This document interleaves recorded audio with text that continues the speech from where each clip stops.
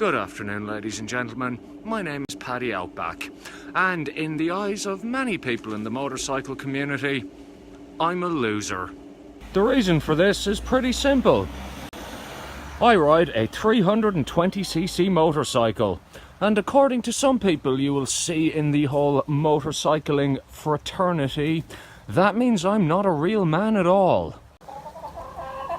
I was looking at Instagram during the week, and fellow moto vlogger and R3 rider Yamaha Z actually posted pictures of a couple of comments he'd received about riding an R3 during the week. The first one described it as being, and I quote, painfully slow.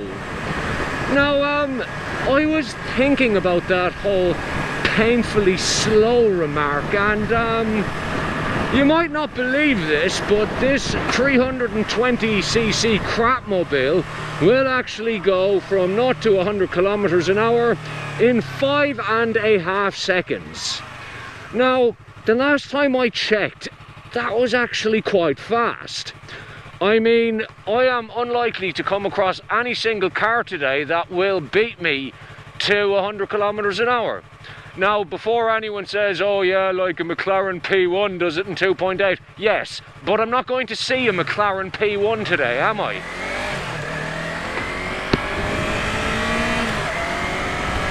See, barely a quarter twist on the throttle and I left all of the traffic at the lights for dead. If you compare the 5.5 second 100 kilometer an hour time this thing has to some cars, you'd see that it really is quite quick. For example, you've got the Honda Civic Type R, the brand new, ludicrously fast one. This is faster. You've got a Renault Megane 265, Volkswagen Golf R, and this is faster to 100 k's than all of them. For those of you who may be watching this video in the United States or Australia and are thinking, God, those 4-cylinder Euro hatchbacks aren't fast at all. Well, they are, but let's compare it to something that even an Australian or an American would consider fast. There we go, Skyline. First car I've seen today that will beat this to 100 kilometers an hour. Anyway, I digress. If you compare this to a Holden Monaro V8, 5.7 litre LS1 engine in it, Pontiac GTO it's known as in America, this will go from 0 to 100 kilometers an hour, also 5.5 seconds. So a V8 coupe, which is fast by anyone's measure, is only got the same 0 to 100 time as this. Of course, good luck getting a Monaro to 100 kilometers an hour in 5.5 seconds. That's not going to happen.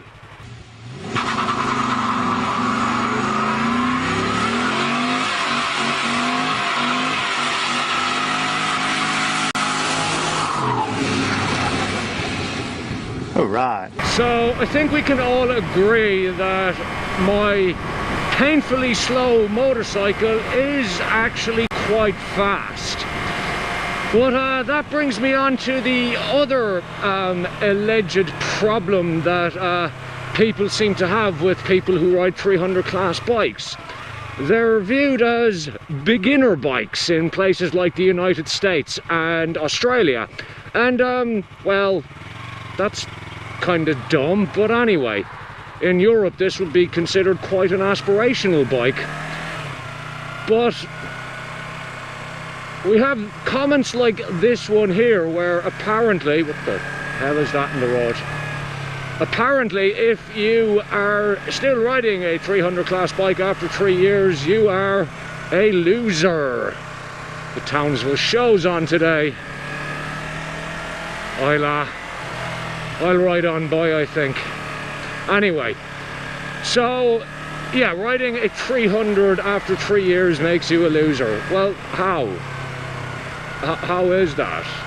Is there some sort of rule against still riding a 300 class bike after 3 years? I mean, what if he likes the bike? What if he doesn't want to waste his money upgrading bikes all the time? There are any number of reasons that one would still have a 300 class bike after 3 years that don't involve one being a loser at all. So I really cannot understand this comment. I'm going to assume it was written by some 14-year-old who's probably never ridden a motorcycle in his life, but anyway. But that's the one thing that really shits me about the motorcycle community in general, is this element of bullshit macho-ness that seems to pervade the whole thing. For some people in the motorcycle community, it seems that your worth as a man is directly proportional to the cubic centimetre capacity of your engine. And I really cannot understand that. It's like some people just carry on as if they're a member of some secret club that mere plebs like me will never be manly enough or have large enough testicles to ever be a part of.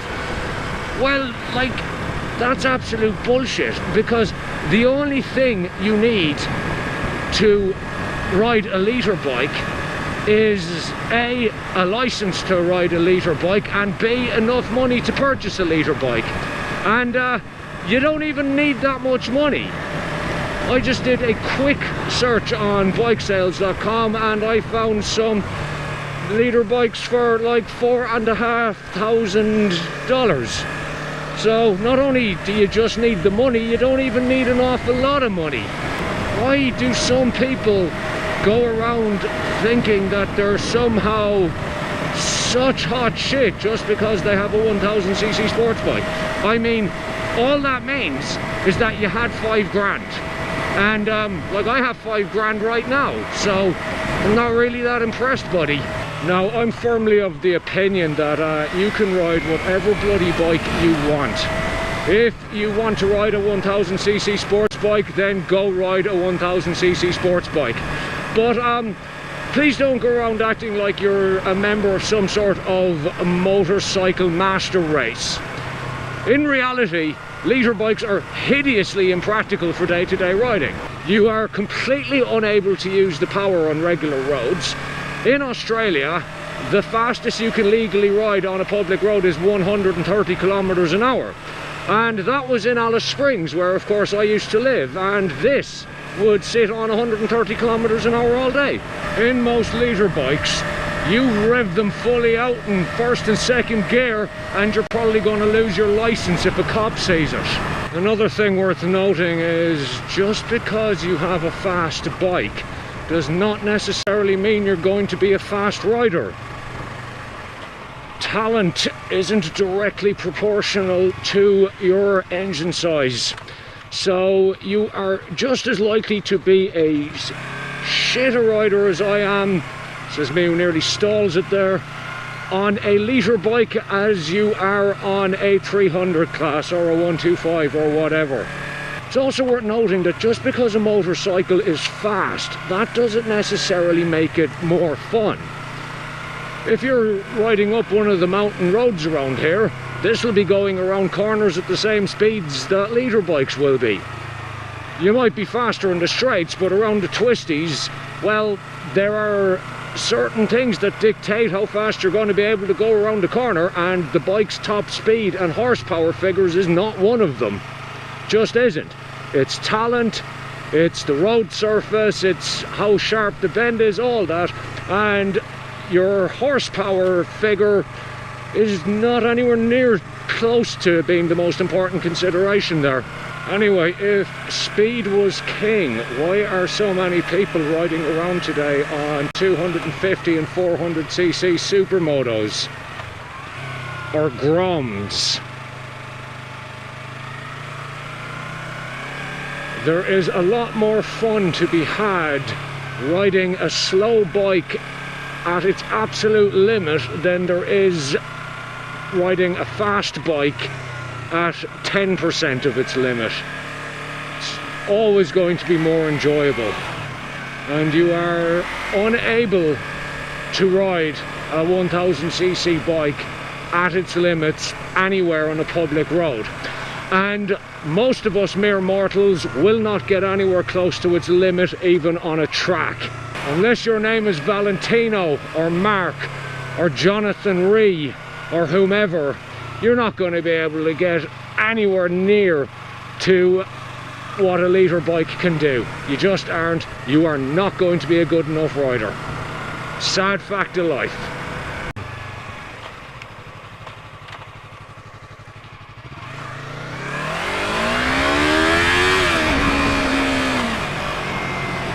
See, redlined it in a residential area and didn't break the speed limit. That, ladies and gentlemen, is why little bikes are fun. Also, I'm totally lost here, but anyway. Truth is, I don't really give a crap what sort of a bike anyone rides. If you ride a Grom, I don't give a crap, I'll ride with you. If you ride a massive Harley Davidson, I don't give a crap, I'll ride with you. As long as you're a good person, that's all that really matters in my opinion. The rest is just superfluous nonsense. And giving shit to somebody because they have a smaller bike than you is just the dumbest thing ever.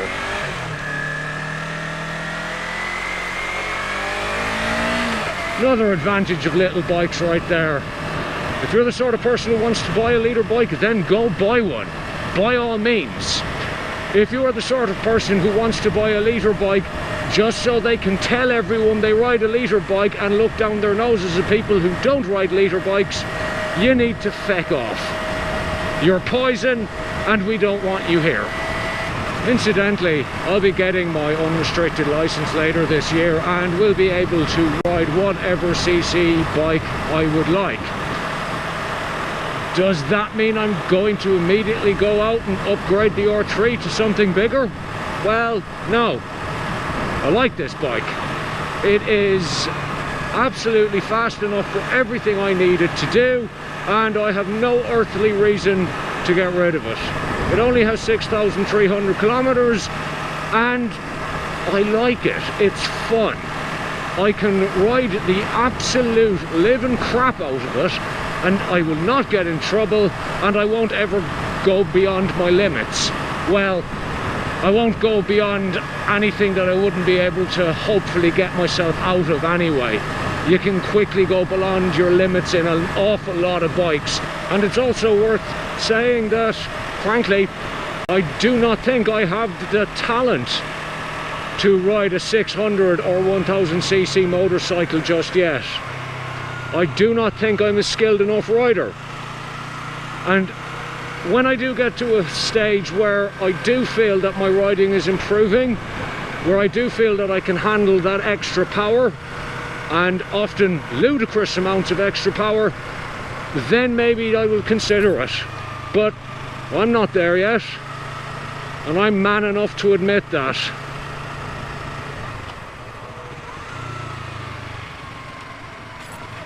Anyway, that's it from me, lads.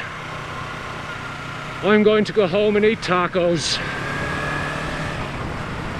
Good luck.